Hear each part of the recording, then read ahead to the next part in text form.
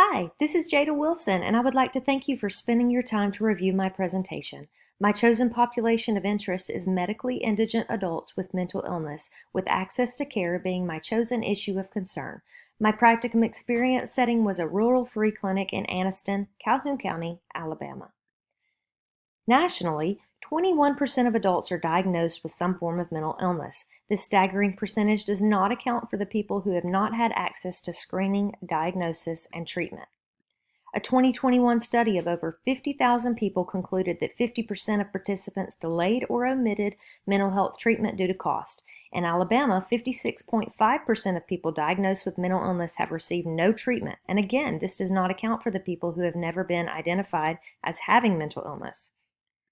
Calhoun County, Alabama has an estimated population of 115,972 with an indigent rate of at least 11.9%. In 2021, Calhoun County asserted a percentage of 17.8% of the population with diagnosed frequent mental health distress, which is almost 3% greater than the national average. On a state level, Alabama is ranked 8th highest in the nation with prevalence of mental illness among adults, but is ranked 46th lowest in access to mental health resources. When a population lacks access to care, preventative measures are often omitted in personal health practice. Access for care refers to 5 factors when contributing to a patient's likelihood to receive quality diagnosis and treatment. When discussing acceptability, I performed a needs assessment in the clinic which revealed minimal acceptance among residents within the surrounding community. This community, in fact, rarely frequents the clinic, although the windshield survey revealed poverty among these residents. When discussing accessibility, the U.S. News Report noted that at least 6% of Calhoun County residents lack a working vehicle in their home.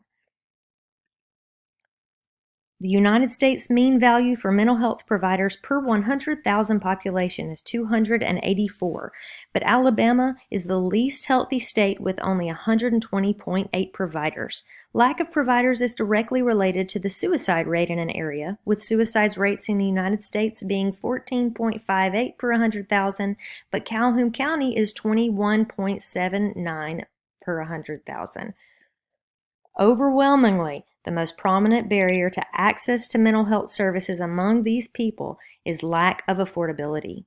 I performed an extensive literature review upon which to base a quality improvement educational project to implement within the practicum site. Garcia implemented an evidence-based practice quality improvement project in an adult primary clinic.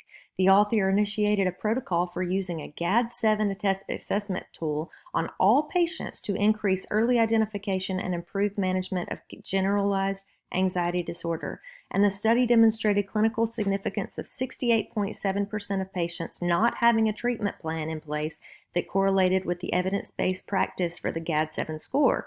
When these results were shared with the provider, 90.5% of those patients had a treatment plan modified to comply with EBP recommendations that correlate with the GAD-7 score.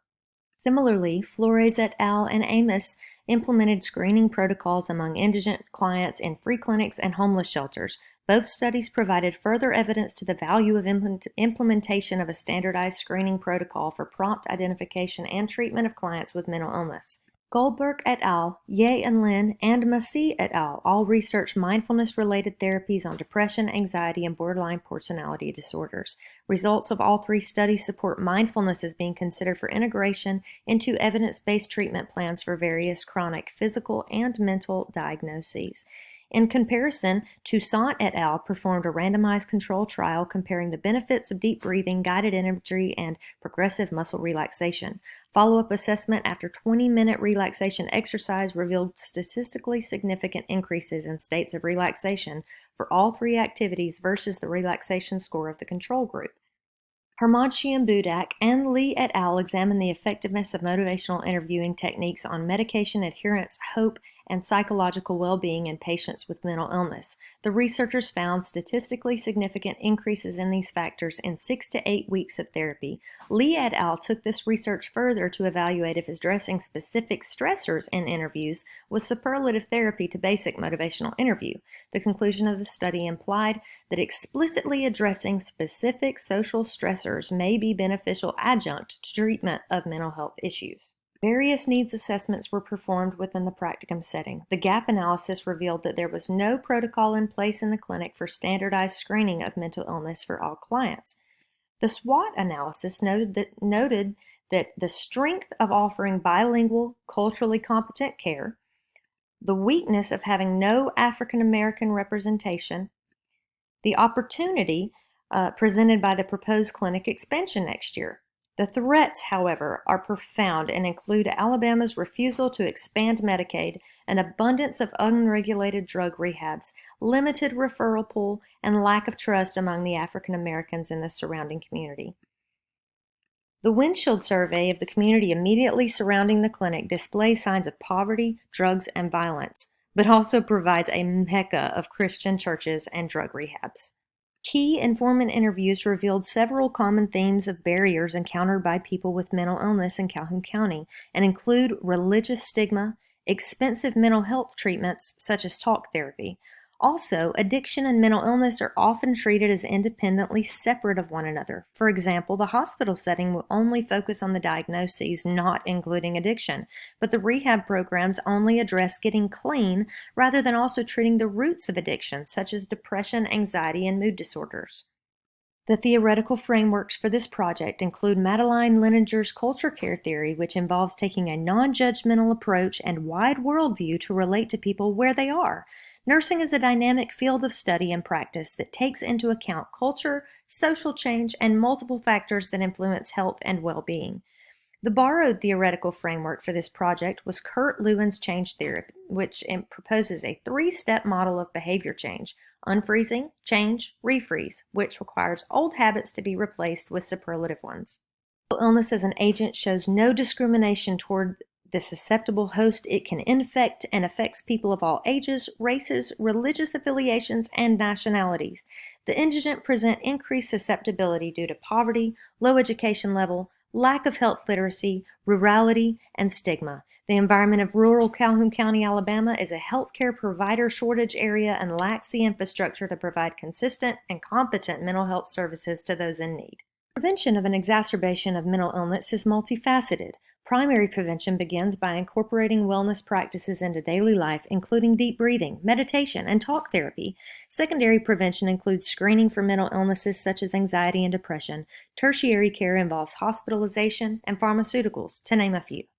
The MSN Project had 3 phases of employment. In Phase 1, a protocol was implemented at the clinic to increase adherence to evidence-based practice standards of identification of people suffering from mental illness.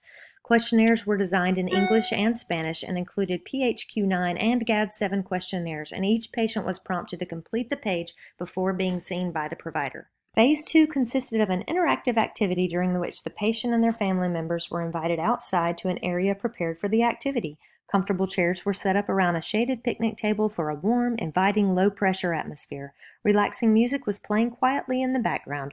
I conducted several minutes of motivational interview followed by educational activities.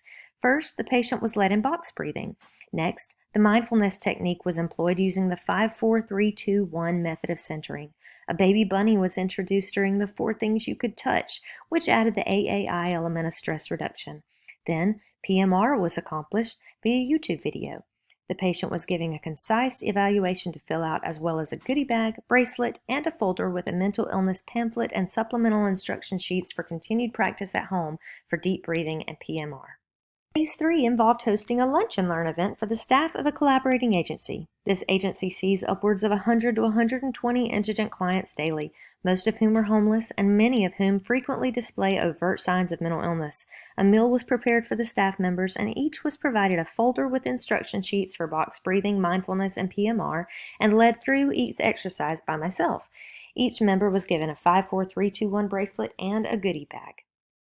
After extensive research and a needs assessments, 3 community diagnoses were developed, with the priority nursing diagnosis being readiness for enhanced health literacy in uninsured Calhoun County residents with mental illness related to receiving appropriate diagnoses and provision of practices to improve resilience. The project plan was twofold in purpose: quality improvement and education. I successfully assumed the 5 roles of the APHN: clinician, educator, change agent, collaborator, and researcher to fulfill the aims of Healthy People 2030. My plan outcomes were measured by observation and pre- and post-activity questionnaires and were all successful. This project cost around $500 and was worth every penny. One can see by examining my timeline that 5 months of preparation led to this project's ultimate success.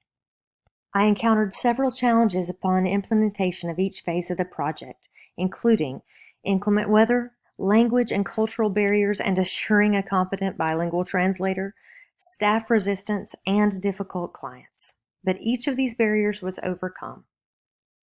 Phase 1 of the project, 225 screening questionnaires were completed. 11% of people were identified for having anxiety and/or depression and started on medicinal treatment. Each completed questionnaire was tallied and identified percentages of clientele who ascribed to each category of depression and anxiety. In Phase 2, 47 clients participated. 86% of the clients reported either an improvement in their anxiety level or a 0 on both pre- and post-activity questionnaires. 83% reported a high likelihood of incorporating one of the techniques in their daily lives. The most commonly reported coping strategies used by clients were praying, eating, and smoking. Interestingly, 50% of Hispanic clients gave praying as their only coping method. 53% reported liking all the activities equally, and overwhelmingly, the baby bunny was everyone's favorite part. Even grown men melted into small boys when holding this little bunny. Phase 3 was conducted as scheduled and was very well received by the staff of the collaborating agency. Each of the staff members eagerly participated in the 3 anxiety management techniques and verbalized intent to reproduce the activities with the clientele served by the agency.